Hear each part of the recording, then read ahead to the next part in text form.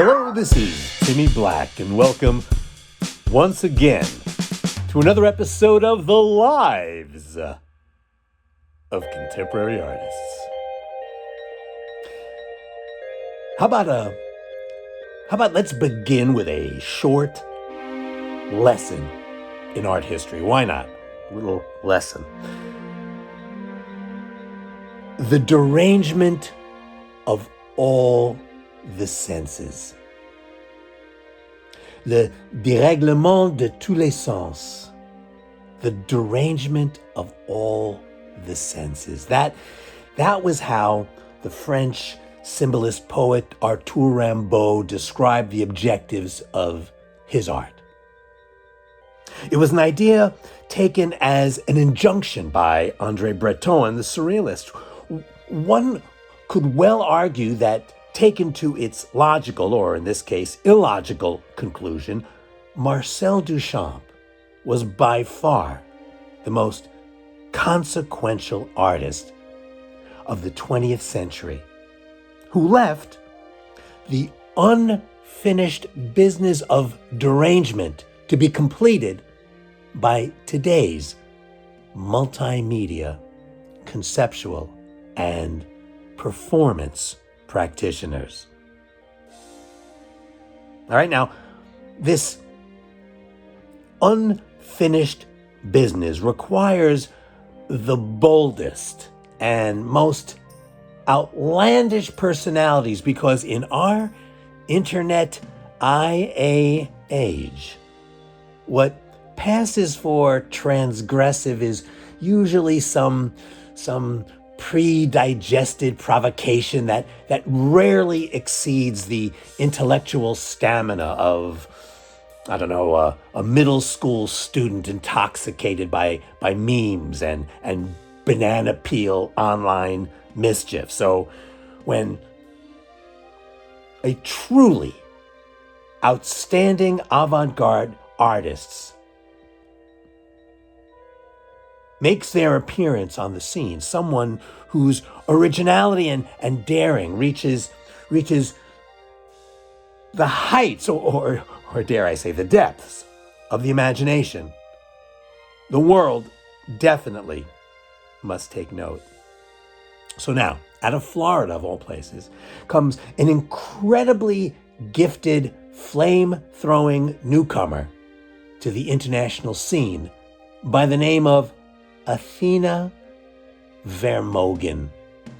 Athena Vermogen. Remember that name, Athena Vermogen. Now, underestimating Vermogen's work comes with great peril.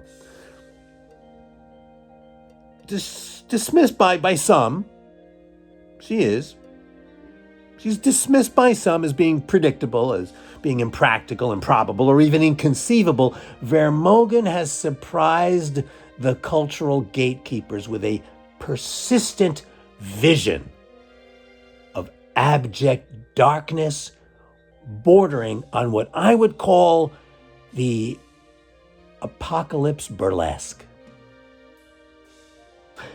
In Vermogen's world, up is down, left is right, green is gray, chickens have surgically enhanced lips, and guppies wear mascara and talk in tongues.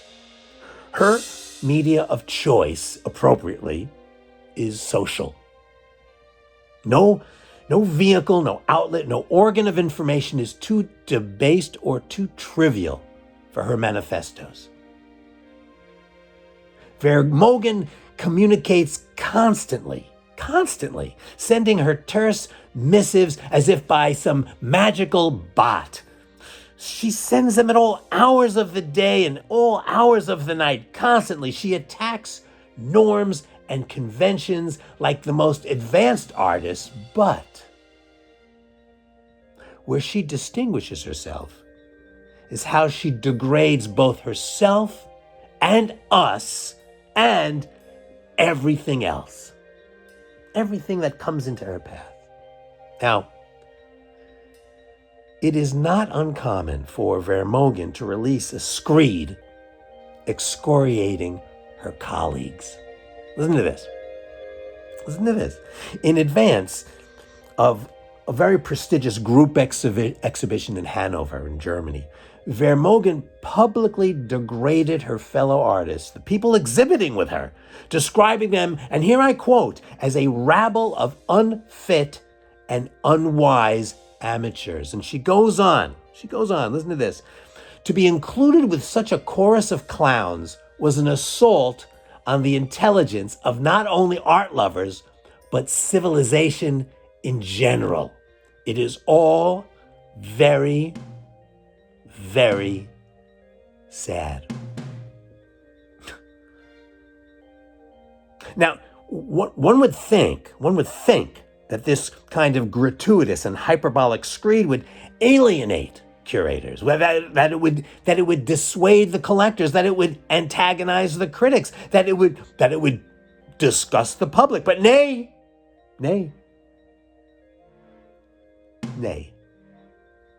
The brilliance of Vermogen is that her cruelty only serves to raise her esteem. Let me explain something to you.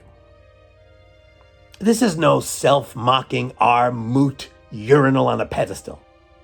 We're talking here about a genuine attack on every socialized behavioral standard. I mean, Vermogen makes Dada look like some high school drama club.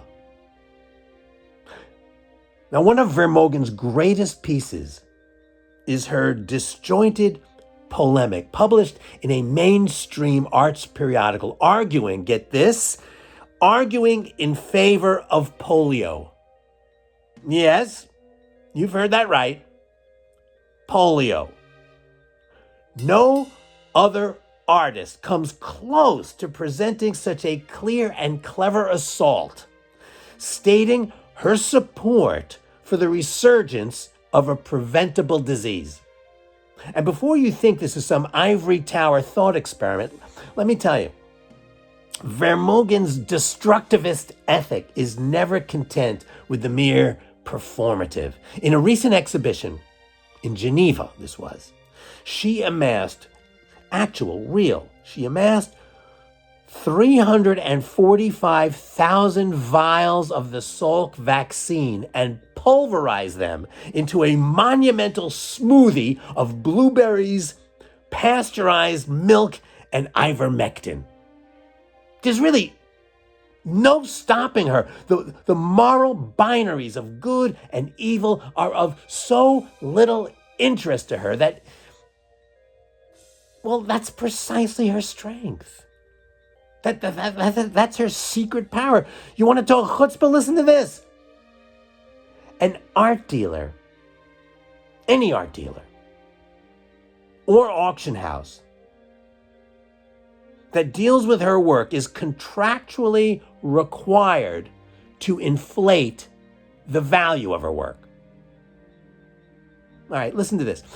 In a recent show in New York, she exhibited actual bank records of astronomical loans. I'm talking about sums of the hundreds of millions of dollars that were availed to her on the basis of the mythical value of her artworks. Some of the art didn't even exist. It's really brilliant. Her evasion of prosecution becomes the work of art itself.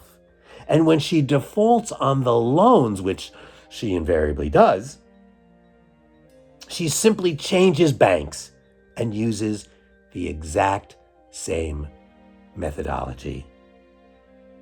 It's genius. It's genius. Now, attacking capitalism is pretty standard fare for a lot of conceptual art that's gestated in graduate school, but no artist, with the exception of Vermogen, takes the actual real-world risks, testing her nihilism against real-world consequences. And the brilliance of her vision is that time after time after time after time, she gets away with it. She gets away with it.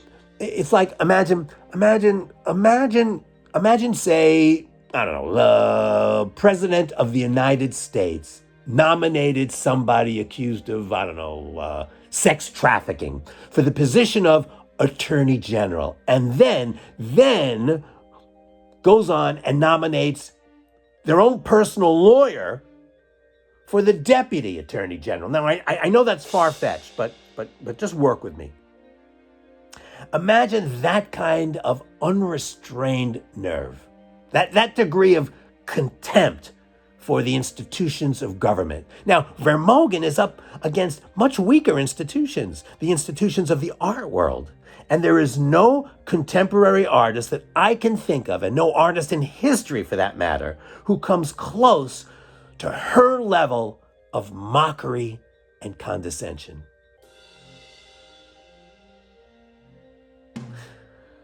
Now it's really hard to imagine where she goes from here, where we go from here. It's hard to imagine. It's hard to imagine. But let me tell you something. This thing I know. It's a new day. It's a new era.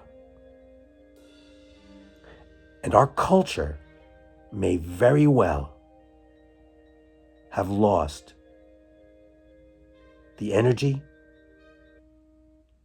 the determination, or even the desire to prolong and maintain the lives of the contemporary artists.